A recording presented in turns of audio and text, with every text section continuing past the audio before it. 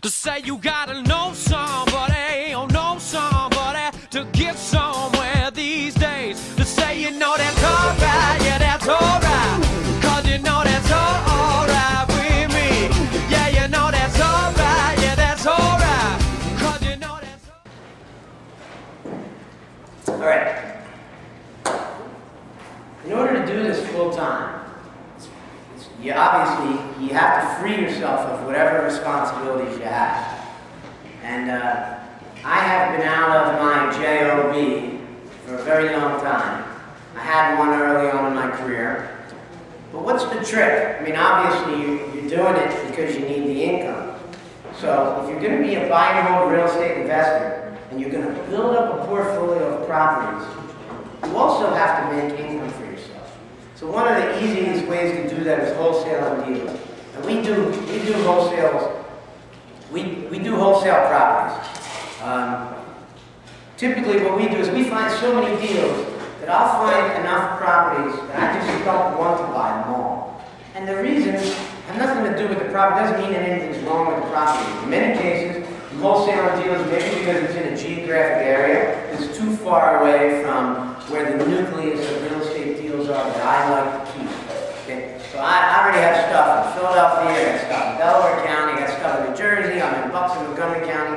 And when you spread yourself out all over the place, we got stuff in Florida, you spread yourself out all over the place, it gets hard to manage these properties. It becomes very time consuming. So sometimes I'll find pieces and I'll just say, you know what, I know David Trans down there in South Philly, maybe I'll see if he wants to find me a buyer for this property, and I'll lock something up and I'll wholesale it to somebody and I'll make money. So wholesaling is definitely, this is part of our buyer's briefcase. We have an educational series on wholesaling if you want to learn more about it.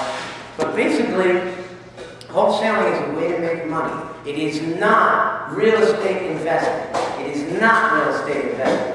Investing is investing your time and your money into a piece of real estate. You're buying it, you're holding on to it for a long period of time, and then you're going to cash out on it down the road. And we're going to discuss tonight all the different avenues that real estate rewards you by holding on to it. Flipping, in my opinion, is not real estate investing either. Now, flipping, you actually buy a property, and you do actually buy it, you do actually own it for a short period of time, but then you're only selling it again, right? What I want to talk about tonight, what I want to try to teach people is, what if, instead of flipping a deal, I bought a piece of real estate, and I got paid to buy it, and I got to keep it? The heck of a question. Let's say you bought a wholesale, maybe you found a property for $60,000 and you found a buyer who's going to give you $65,000 and you're going to make $5,000 and you're going to sell the property to somebody else. You never even settled on it. You get it under contract and then you sell that contract to somebody else and make $5,000. That's wholesaling, okay? What if I taught you a way where you could do something called wholesaling to yourself? Wholesaling to yourself is you go out and you raise the private money to buy this deal, plus the money you need for repairs, plus the carrying cost, plus a little something for yourself. You explain to the private investor, look, I can wholesale this deal to somebody else and make $5 grand. What I'm going to ask you to do is to finance the purchase of this property, finance the repairs, finance the carrying cost, and finance an extra $5 grand for me. Why do I need $5 grand? Because I'm a full-time real estate investor. And I don't have a job. I need income. And I don't want to sell this property. Why? Because this property has tremendous upside. Because there's value in this property. Because this property is a good neighborhood. It's going to go up in value. Because it cash flows, so it sustains itself.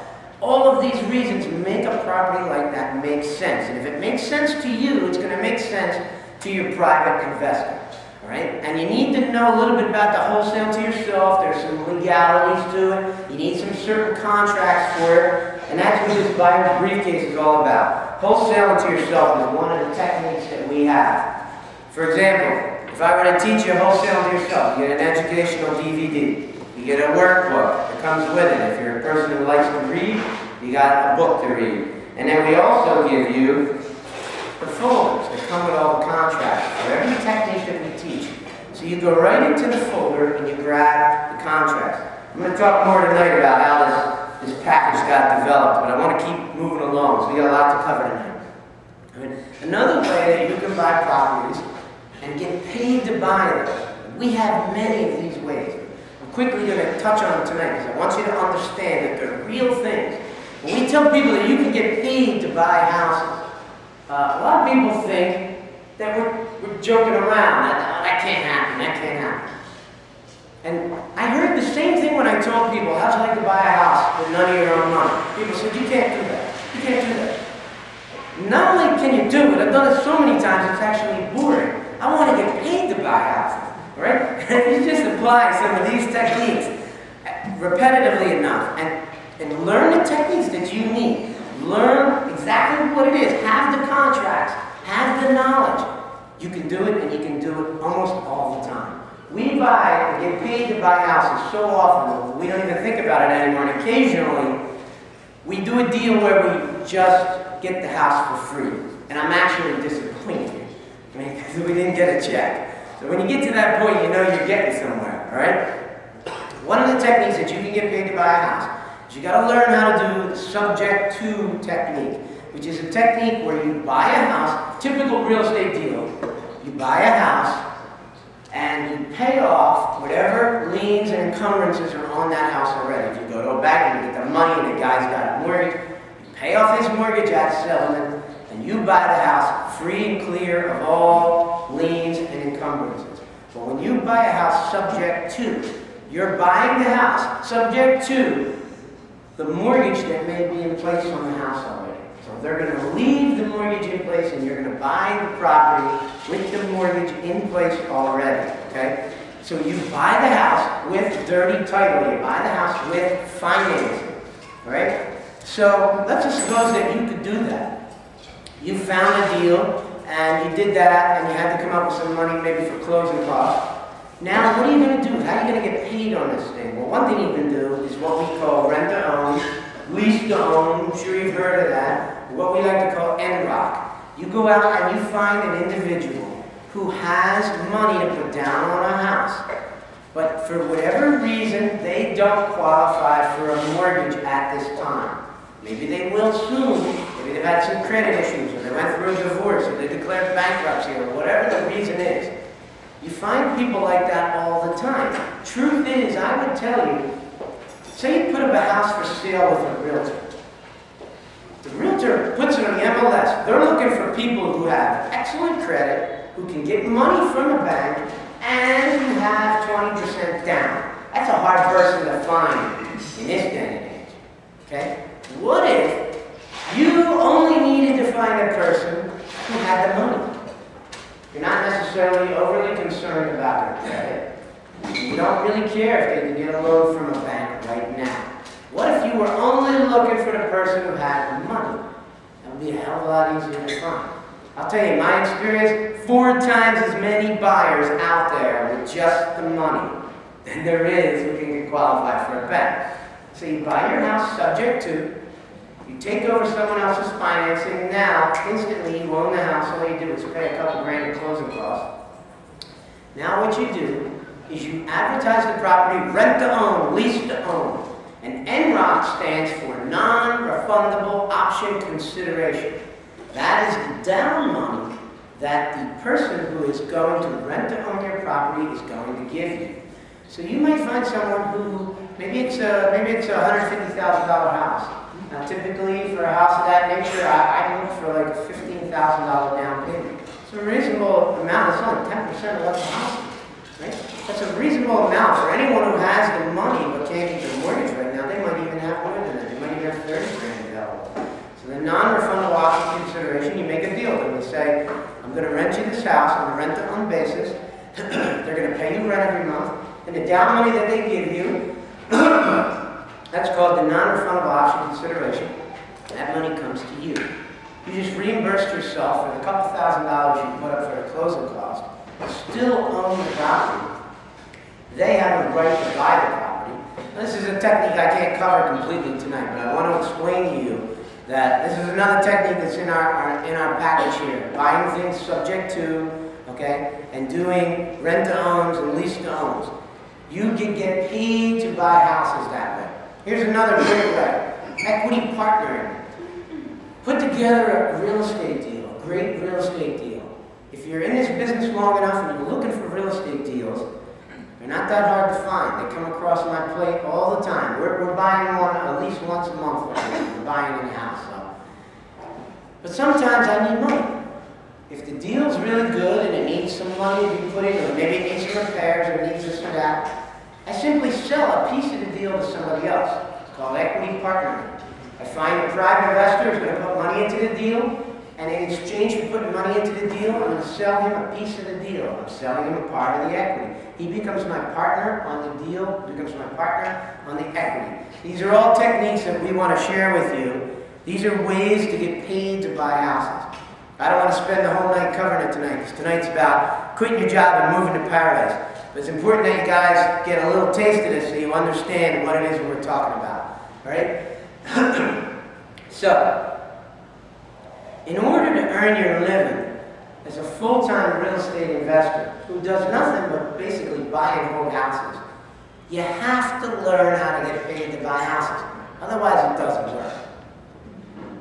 Most real estate investors, what do? They're wholesaling and they're flipping the deals that they find. So they're finding all these deals, but they're forced to sell 3/4 of them just to keep the income coming in so the families can survive. And that just doesn't work, because what happens is maybe you find 8 good real estate deals in a year and you buy them all, but you have to sell 6 of them.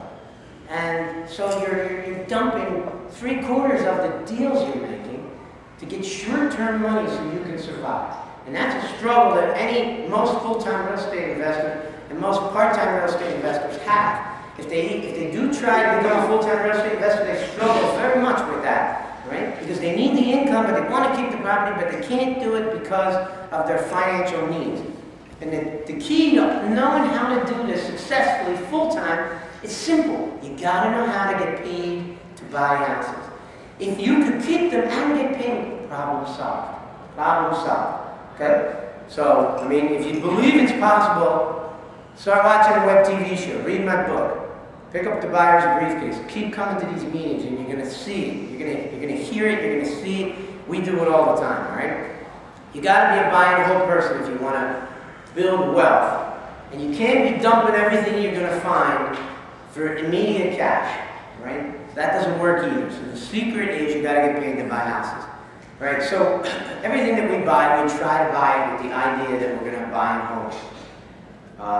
And all these properties have to cash flow, so everything that we buy has to sustain itself. If a real estate deal can't earn enough rental income to sustain itself and all the repairs that are going to come with it in the future, then it's not something that we buy. So that's one of the elements. We are building a portfolio all the time. We're building something. We're building a business. Each piece of real estate is a business to itself. A portfolio of real estate homes put together is a business to itself. And every single one of those pieces has to support itself or it doesn't become part of our portfolio. Okay? The passive income that you get from these properties, your cash flow, is what's going to allow you to continue to be a full-time real estate investor. My situation right now is I have enough properties that I've amassed over 23 years in the business that I have a passive income coming in every month from my portfolio. My portfolio rewards me for the smart decisions I've made in my life. Every single month, it rewards me with a check. Nice job, Phil. Some of these deals are deals I bought 20 years ago. Some of them are ones I just bought. But if you're a smart real estate investor and you're educated on how to do this business properly, and that's what we're going to try to help you do, you're going to reach a point of critical mass where you could live off your portfolio. And you don't have to go out and get paid to buy houses. Getting paid to buy houses is so much fun and so exciting. I can't imagine how anybody wouldn't want to do it. But if you did feel like taking a couple of months off, when you reach that point of critical mass, you're there, you've done it, okay? And it took me like 16 years to get to that point. But I never had an amazing buying opportunity like everyone here has right now. And I have the whole secret to everything that took me 16 years to get there, right here in this buyer's briefcase.